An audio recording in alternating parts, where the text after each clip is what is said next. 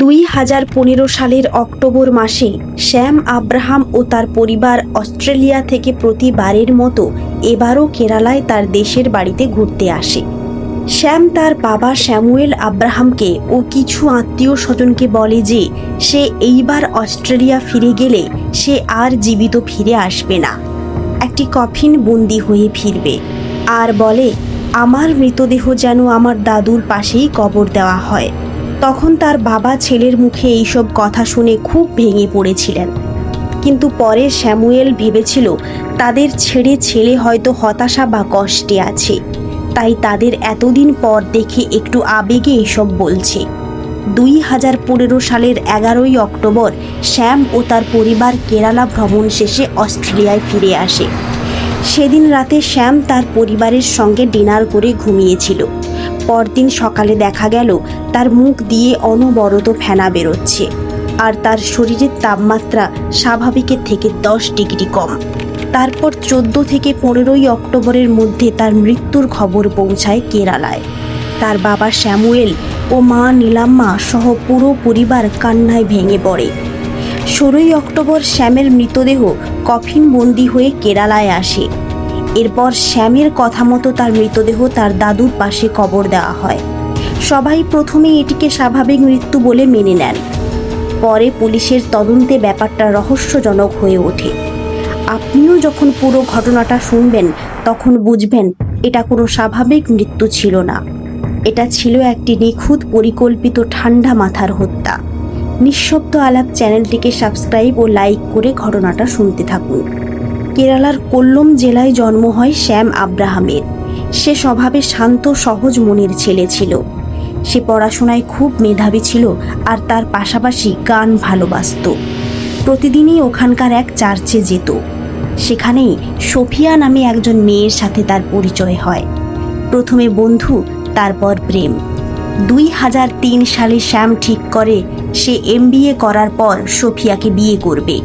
তাই শ্যাম MBA করার জন্য তামিলনাড়ুর ডিন্ডিগুলে থাকতে শুরু করে। এদিকে সোফিয়া কোট্টামের মহাত্মা গান্ধী ইউনিভার্সিটিতে পোস্ট গ্র্যাজুয়েশন করার জন্য ভর্তি হয়। এরপর 2005 সালে শ্যামের পড়াশোনা শেষ হয়। অপরদিকে সোফিয়াও পোস্ট গ্র্যাজুয়েট কমপ্লিট করেছে। 2008 সালে তারা পরিবারকে সঙ্গে রেখে বিয়ে করে। প্রথমটা শ্যামের বাবা বিয়েতে মত দিচ্ছিল না। পরে সোফিয়া বলে যে তার সাথে শ্যামের বিয়ে না হলে সে জীবন দিয়ে দেবে। তারপর শ্যামের বাবা বিয়েতে মত দেয়। শ্যামের বাবা বলেছিল, কেন জানি না মনে হচ্ছে ওই মেয়ের সঙ্গে আমাদের ছেলে সুখী হবে না। বিয়ের 1 বছর পর তাদের একটা ছেলে সন্তান হয়। ওমানের লুলু এক্সচেঞ্জে শ্যামের চাকরি হয়। সোফিয়া একটি IT প্রফেশনাল হিসেবে বেঙ্গালুরুতে কাজ করে। শ্যাম মাঝে মধ্যেই পরিবারের সঙ্গে দেখা করতে আসতো। 2011 সালে সোফিয়া অস্ট্রেলিয়াতে থাকা তার বোন সোনিয়ার কাছে গিয়ে থাকবে বলে জানায়। শ্যাম এতে রাজি ছিল না। শ্যাম সোফিয়াকে ওমান গিয়ে থাকতে বলেছিল, কিন্তু 2012 সালে সোফিয়া জেদ করে 3 বছরের সন্তানকে নিয়ে বোনের কাছে যায়। তার কিছু মাস পর শ্যাম আবার অস্ট্রেলিয়াতে চাকরি পায়। তখন সে অস্ট্রেলিয়ার মেলবর্নে এসে তার স্ত্রী সোফিয়া ও ছেলেকে নিয়ে বাস করতে থাকলো। তারপর একদিন সব কিছু বদলে যায়। 2015 সালের 14ই অক্টোবর সকালে যখন সোফিয়া দেখে তার স্বামীর মুখ দিয়ে ফেনা বেরাচ্ছে, তখন সোফিয়া প্রথমে তার ছেলেকে ঘুম থেকে জাগিয়ে তোলে, আর তারপর সোফিয়া তার বোন সোনিয়াকে ফোন করে সবটা জানায়। সোনিয়াও মেলবর্নে থাকতো। সোনিয়া পেশায় একজন নার্স।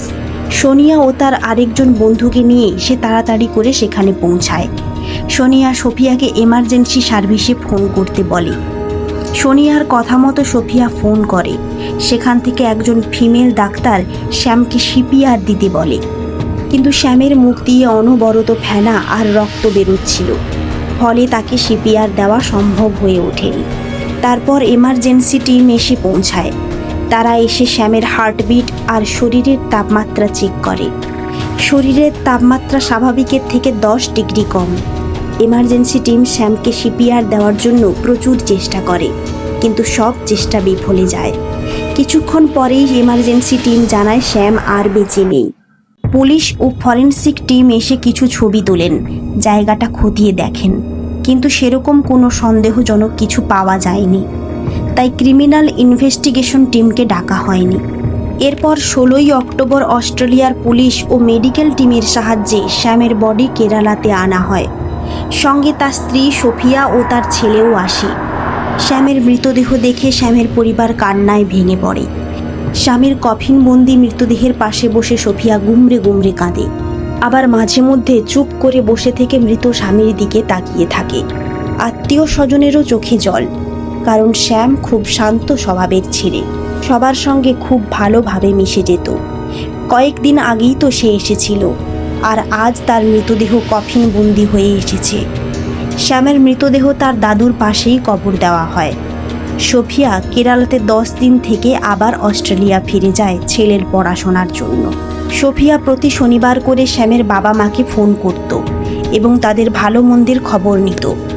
শ্যামের পরিবারও তাদের পুত্রবধূ ও নাতির গলা শুনে তাদের ছেলে শ্যামকে খুঁজে পেত। 2016 সালের জুলাই মাসে, মানে শ্যাম মারা যাওয়ার 9 মাস পর একদিন একটা শনিবার সোফিয়া তাদের ফোন করেনি। শ্যামের বাবা মা ভাবে সোফিয়া হয়তো কোনো কাজে ব্যস্ত, তাই ফোন করেনি। এমনটা কখনো হয়নি, কিন্তু যখন তার পরের শনিবারও ফোন করেনি, তখন তাদের চিন্তা হতে শুরু করে। মেলবোর্নে সোফিয়ার বোন সোনিয়াকে ফোন করে শ্যামের বাবা সোফিয়ার কথা জিজ্ঞেস করে। সোনিয়া জানায় সোফিয়াকে অস্ট্রেলিয়ান পুলিশ গ্রেপ্তার করেছে এবং 15 দিন সে জেলে রয়েছে। এই কথা শুনে শ্যামের বাবা মা খুবই অবাক হয়ে গিয়ে গ্রেপ্তারের কারণ জিজ্ঞাসা করে। সোনিয়া জানায় শ্যামের হত্যা মামলায় সোনিয়াকে গ্রেপ্তার করা হয়েছে। তখন শ্যামের বাবা মা চিন্তায় ভেঙে পড়ে, কারণ সোফিয়া তাদের শ্যামের মৃত্যুর কারণ হার্ট অ্যাটাক বলেছিল। তাই যদি হয় তবে সোফিয়াকে কেন পুলিশ গ্রেপ্তার করলো? তাদের মনে বারবার এই প্রশ্ন উঠছে। তারপর 2016 সালের 10 মাস পর অস্ট্রেলিয়ান পুলিশ শ্যামের পরিবারকে ফোন করে জানায় শ্যামের মৃত্যু কোনো স্বাভাবিক মৃত্যু নয়, তাকে খুন করা হয়েছে। সেই খুনের অভিযোগে সোফিয়াকে গ্রেপ্তার করা হয়েছে। শ্যামের অটোপসি রিপোর্টে পাওয়া গেছে মৃত্যু হার্ট অ্যাটাকে হয়নি, বরং তার শরীরে ক্লোনাজিপম নামক ঘুমের ওষুধের অতিরিক্ত মাত্রা ছিল, যা ছিল প্রাণঘাতী। এই ওষুধ সাধারণত ঘুমের সমস্যা থাকলেই ব্যবহৃত হয়, কিন্তু অতিরিক্ত মাত্রায় নিলে এটি মৃত্যুর কারণ হতে পারে। আর রিপোর্টে এও বলা ছিল যে শ্যামের মৃত্যু সায়ানাইড বিষ প্রয়োগের ফলে হয়েছিল। শ্যামের শরীরে সায়ানাইডের পরিমাণ এতটাই বেশি ছিল যে একসঙ্গে 25 থেকে 27 জন মানুষকে হত্যা করা সম্ভব। আপনারা ভাবছেন শ্যামের মৃত্যুর 10 মাস পর অস্ট্রেলিয়ান পুলিশ তদন্ত শুরু করেছে কেন? আগে কেন করেনি? কারণ অস্ট্রেলিয়ান পুলিশের ক্রাইম কেস নিয়ে তদন্ত করাটা একটু আলাদা। অস্ট্রেলিয়ান পুলিশের হাতে অটোপসি রিপোর্ট আসা ও তাদের মনে সোফিয়াকে নিয়ে সন্দেহ শুরু হয়েছে, দুটোর কোনোটাই সোফিয়াকে জানানো হয়নি। কারণ অনেক সময় দেখা যায় অপরাধীকে আগে থেকে সব কিছু জানিয়ে দিলে সে সাবধান হয়ে যায়, আর যখন অপরাধী জানতে পারে যে পুলিশ কোনো কিছুই জানতে পারেনি আর তার উপর কোনো সন্দেহ নেই, তখন সে ধীরে ধীরে তার আসল চরিত্রে ফিরে আসে। আর না জানিয়ে গোপনে অপরাধীর ওপর নজর রাখলে সত্যিটা সবার সামনে আসে। এক্ষেত্রেও অস্ট্রেলিয়ান পুলিশ একই পদ্ধতি অনুসরণ করে। সোফিয়াকে কিছুই জানতে না দিয়ে পুলিশ 3টি টিম তৈরি করে সোফিয়ার উপর নজর রাখার জন্য। প্রথম টিম নজর রাখছে সোফিয়া কোথায় যাচ্ছে, কি করছে। দ্বিতীয় টিম সোফিয়ার কল রেকর্ড খতিয়ে দেখছে। তৃতীয় টিম সোফিয়ার ব্যাংক অ্যাকাউন্ট ও টাকা লেনদেনের ওপর নজর রাখছে। অস্ট্রেলিয়ান পুলিশ এইসব কাজ মাসের পর মাস চালিয়ে যায়। অপরাধী যতই চালাক হোক না কেন, সে কোনো না কোনো ভুল তো করবেই। 2016 সালের মার্চ মাস, অর্থাৎ শ্যামের মৃত্যুর 5 মাস পর সোফিয়া একজন ব্যক্তির নামে শ্যামের গাড়ি ট্রান্সফার করে। তার কিছুদিন পরেই তারা ব্যাংকে যৌথ অ্যাকাউন্ট খুলে এবং শ্যামের অ্যাকাউন্ট থেকে সমস্ত টাকা সেই যৌথ অ্যাকাউন্টে ট্রান্সফার করে নেয়। এরপর পুলিশের চোখে পড়ে সোফিয়া গোপনে একজন ব্যক্তির সঙ্গে পার্কে, ক্যাফেতে ও নির্জন জায়গায় দেখা করতে শুরু করে। প্রথম তারা দুজনে গোপনে নির্জন জায়গায় দেখা করলেও পরে তারা পাবলিক প্লেসেও দেখা করতে শুরু করে। শুধু তাই নয়, পুলিশ দেখে সোফিয়া ওই ব্যক্তির সঙ্গে 100 ঘন্টার বেশি কথা বলতো। পুলিশের 3টি টিম যখন এইসব প্রমাণ এক জায়গায় আনলো, তারা দেখলো সোফিয়া যার নামে শ্যামের গাড়ি ট্রান্সফার করেছে, যাকে নিয়ে সে যৌথ অ্যাকাউন্ট খুলেছে, যার সঙ্গে ঘন্টার পর ঘন্টা কথা বলতো, যার সঙ্গে সে দেখা করতে যেত, এরা কোনো আলাদা ব্যক্তি নয়, একজনই ব্যক্তি। তার নাম হলো অরুণ কামলাসনন। আপনারা ভাবছেন এই অরুণ কামলাসনন কে? 2003 সালে সোফিয়া যখন কোট্টামের মহাত্মা গান্ধী ইউনিভার্সিটিতে পোস্ট গ্র্যাজুয়েশন করছিল, তখন ওই কলেজেরই ছাত্র অরুণ কামলাসননের সঙ্গে তার দেখা হয়। ধীরে ধীরে তাদের মধ্যে কথাবার্তা শুরু হয়। তারপর তাদের সম্পর্ক বন্ধুত্ব থেকে প্রেমে পরিণত হয়। সোফিয়া একদিকে শ্যামের সঙ্গে সম্পর্কে থাকাকালীন অরুণের সঙ্গেও প্রেমের সম্পর্ক চালিয়ে যায়। এই কথা সোফিয়া শ্যামকে কোনো দিনও জানতে দেয়নি। তার মানে 2008 সালে সোফিয়া শ্যামের সঙ্গে বিয়ে করার আগে থেকেই অরুণের সঙ্গে ভালোবাসার সম্পর্ক ছিল। 2009 সালে শ্যাম যখন ওমানে চাকরি করতে চলে যায়, তখন সোফিয়াও বেঙ্গালুরুতে একটি জব করে। সেই সময় আবার একবার সোফিয়ার কলেজের প্রেম অরুণের সঙ্গে ফেসবুকের মাধ্যমে কথোপকথন শুরু হয়। এই সময় তারা আবারও প্রেমের সম্পর্কে জড়িয়ে পড়ে। শ্যাম এসব কিছুই জানতো না। যতই দিন গেছে সোফিয়া আর অরুণের একে অপরের প্রতি কাছে আসার ইচ্ছা বাড়তে থাকে। আর শ্যাম যখন ওমান থেকে তার সঙ্গে দেখা করতে আসতো, তখন সোফিয়া অরুণের সঙ্গে বেশি কথা বলতে পারত না। সোফিয়া ভাবল, যদি সে অস্ট্রেলিয়াতে তার বোনের কাছে গিয়ে থাকে, তাহলে শ্যাম তার সঙ্গে দেখা করতে যেতে পারবে না। তাই সোফিয়া চালাকির সঙ্গে শ্যামকে বলে সে অস্ট্রেলিয়াতে তার বোনের কাছে থাকবে। 2012 সালে শ্যামের ইচ্ছার বিরুদ্ধে গিয়ে সোফিয়া তার বোনের কাছে থাকতে শুরু করে। সেখানে অরুণের সঙ্গে কথোপকথন আরও বাড়তে থাকে। তার কিছু মাস পর শ্যামও সোফিয়ার কাছে এসে থাকতে শুরু করে। সোফিয়া ভাবতেই পারেনি যে তার স্বামীর চাকরিও অস্ট্রেলিয়াতে ট্রান্সফার হয়ে যাবে। এদিকে অরুণ 2013 সালে অস্ট্রেলিয়াতে এসে পৌঁছায়। তবে সত্যিটা বেশি দিন লুকানো থাকে না। সোফিয়া অরুণের প্রেমে এতটাই পাগল ছিল যে তার আচার আচরণে শ্যাম বুঝতে পারে যে সে অরুণ নামে একটি ছেলের সঙ্গে ভালোবাসার সম্পর্কে জড়িয়ে পড়েছে।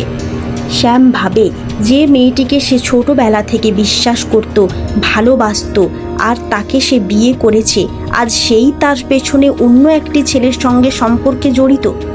কিন্তু সোফিয়া শ্যামের কাছে ক্ষমা চাওয়ায় শ্যাম তাদের পরিবারের কথা ভেবে এবং ছেলের জীবনের কথা ভেবে সোফিয়াকে ক্ষমা করে দেয়। কিন্তু সোফিয়া যে মিথ্যে ক্ষমা চেয়েছিল তার কাছে, তা শ্যাম বুঝতে পারেনি। সোফিয়া এবং অরুণ মিলে শ্যামকে মারার পরিকল্পনা করে। প্রথমে শ্যামকে খুন করার জন্য তার গাড়ির ভেতরে আগে থেকেই অরুণ কালো চাদরে মুখ ঢেকে ধারালো ছুরি নিয়ে বসে থাকে। শ্যাম গাড়ির ভেতরে ঢোকা মাত্রই শ্যামের উপর হামলা চালায়। শ্যামও অরুণের সঙ্গে মোকাবিলা করে নিজেকে বাঁচায়, কিন্তু তার গলা এবং গালে আর কানে ছুরির আঘাত লাগে। অরুণ ভয়ে সেখান থেকে পালিয়ে যায়। যখন সেখানে পুলিশ আসে, শ্যাম পুলিশকে বলে যে সে হামলাকারীর চেহারা দেখে নিয়েছিল, কিন্তু তাকে চিনতে পারেনি। কিন্তু এই হামলা নিয়ে সোফিয়াকে শ্যামের মনে সন্দেহ হতে শুরু করে, কিন্তু সে পুলিশকে কিছুই জানায়নি। আর এই কারণে হয়তো সে তার বাবা ও আত্মীয়দের বলেছিল যে সে পরের বার যখন আসবে তখন কফিন বন্দি হয়ে আসবে। এরপরে সোফিয়া আর অরুণ মিলে 14ই অক্টোবর শ্যামকে মারার ডেটটি ঠিক করে। সেদিন সোফিয়া তার ঘরে অরুণকে আগে থেকেই লুকিয়ে রেখেছিল। তারপর অরুণের দেওয়া উচ্চমাত্রার ঘুমের ওষুধ অ্যাভোকাডো মিল্ক শেকে মিশিয়ে শ্যামকে খাইয়ে দেয়। এরপর সোফিয়া যখন জানতে পারে যে শ্যাম আর বেশিক্ষণ জাগতে পারবে না, তখন অরুণ বেরিয়ে আসে এবং তার কাছে থাকা সায়ানাইড অরেঞ্জ জুসের সঙ্গে মিশিয়ে অরুণ আর সোফিয়া মিলে শ্যামকে খাওয়াতে শুরু করে। শ্যামের মৃত্যুর পর তার বডি যিনি পোস্টমর্টেম করেছিলেন, তিনি বলেন শ্যামের রক্তে, লিভারে আর পেটে 28 গ্রাম সায়ানাইড পাওয়া গিয়েছে, যেখানে 1 মিলিগ্রাম সায়ানাইড যথেষ্ট একজন মানুষকে মারার জন্য। অস্ট্রেলিয়ার পুলিশ যখন অরুণ ও সোফিয়াকে গ্রেপ্তার করে আদালতে হাজির করে, তখন তারা কেউই নিজের দোষ স্বীকার করেনি। সেই জন্য অস্ট্রেলিয়ান পুলিশের একজন অফিসার ছদ্মবেশে অরুণের সঙ্গে একটি ক্যাফেতে পরিচয় করে। ধীরে ধীরে তাদের মধ্যে বন্ধুত্ব গড়ে ওঠে, আর অরুণের কাছ থেকে সব কিছু ওই অফিসার জেনে নেয় এবং ভিডিও রেকর্ডও করে নেয়। সেই সময় সেই ছদ্মবেশী অফিসার জানতে পারে অরুণ এবং সোফিয়া দুজনেরই ডায়েরিতে লেখার অভ্যেস ছিল। সোফিয়া সাধারণ এক ডায়েরিতে লিখত, আর অরুণ ইলেকট্রনিক ডায়েরিতে লিখত, যার তথ্য অরুণের ল্যাপটপের হার্ড ড্রাইভে স্টোর হতো।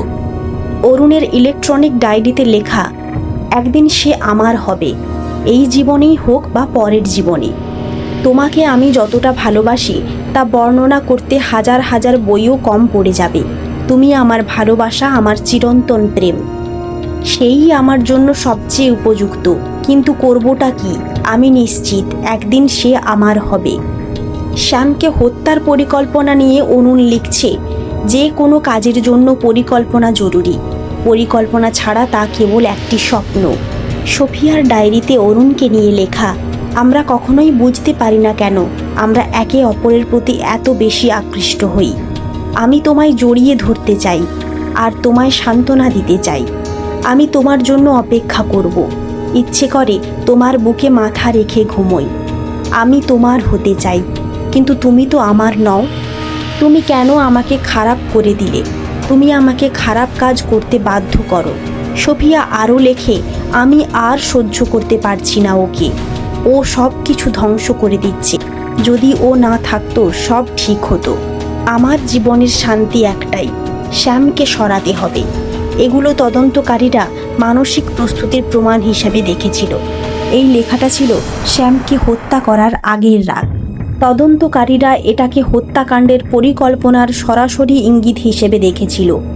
এমনকি অরুণ যেই ফ্ল্যাটে থাকতো সেখানকার ফ্ল্যাটমেট আজি পরমেশ্বরী বলেছে, সোফিয়া প্রায় অরুণের সঙ্গে দেখা করতে আসতো ওই ফ্ল্যাটে, আর অরুণ তাকে তার ফ্যামিলিকে কিছু বলতে মানা করত।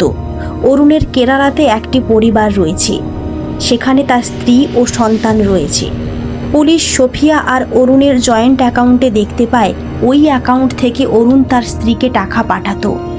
পুলিশ সোফিয়া ও অরুণের কল রেকর্ড, তাদের গোপনে দেখা করার ভিডিও, জয়েন্ট অ্যাকাউন্ট, শ্যামের গাড়ি অরুণের নামে করা, এই সব কিছু আদালতে পেশ করার পর আদালত সাজা শোনায় সোফিয়াকে 22 বছরের জেল ও অরুণকে 27 বছরের জেল দেওয়া হয়। এও বলা হয় যে সোফিয়া 18 বছর পর্যন্ত জেল থেকে কোনোভাবেই মুক্তি পাবে না, তারপরে সে প্যারোলে মুক্তি পেতে পারে, আর অরুণ 23 বছর পর প্যারোলে মুক্তি পেতে পারে। তবে অরুণ 2019 সালে ভিক্টোরিয়ার সুপ্রিম কোর্টের তার সাজা কমানোর কথা বলে আপিল করে। সেখানে তার সাজা কমিয়ে 27 থেকে 24 বছর করা হয়। 20 বছর পর সে প্যারোলে মুক্তি পেতে পারে। কোর্ট সোফিয়ার ছেলের কাস্টাডি সোফিয়ার বোন সোনিয়াকে দেয়। এদিকে কোর্টের এই সিদ্ধান্তে শ্যামের বাবা মা খুশি না হয়ে বিষয়টি মিডিয়া আর ভারত সরকারের কাছে অনুরোধ করে তাদের নাতিকে তাদের কাছে ফিরিয়ে আনার। শ্যামের বাবা অনুরোধ করে নাতির কাস্টাডি যেন তাদের কাছে দেওয়া হয়, কারণ তার সোফিয়ার পরিবারের প্রতি বিশ্বাস নেই। অস্ট্রেলিয়া ফ্যামিলি ল অ্যাক্ট অনুযায়ী যদি শিশু নির্দিষ্ট বয়সে পৌঁছে এবং স্বতন্ত্রভাবে তার মতামত জানাতে সক্ষম হয়, তখন আদালত তার মতামত কাস্টাডি ক্ষেত্রে গুরুত্ব দেয়। তবে এখনও শ্যামের বাবা লড়াই করে চলেছে তার নাতিকে তাদের কাছে ফিরিয়ে আনার। শ্যামের পরিবার ভারত সরকারের কাছে আপিল করে যে তাদের যদি সব সম্পত্তিও বিক্রি করতে হয় তাতেও ঠিক আছে, তবুও তারা যে কোনো অবস্থায় তাদের নাতির কাস্টাডি চায়। শ্যামের পরিবারের জন্য সবচেয়ে বড় উদ্বেগ তাদের একমাত্র নাতিকে নিরাপদ জায়গায় নিয়ে আসা। যখন সেই শিশুটির বাবাকে হত্যা করল মা, তখন সেই শিশুটির ভবিষ্যৎ কী, সেটা নিয়েই শ্যাম আব্রাহামের পরিবার লড়াই করছে। এই কেস নিয়ে আপনাদের মতামত অবশ্যই নিচে কমেন্টে লিখে জানান আমাদের। ভিডিও ভালো লাগলে লাইক এবং সাবস্ক্রাইব করতে ভুলবেন না।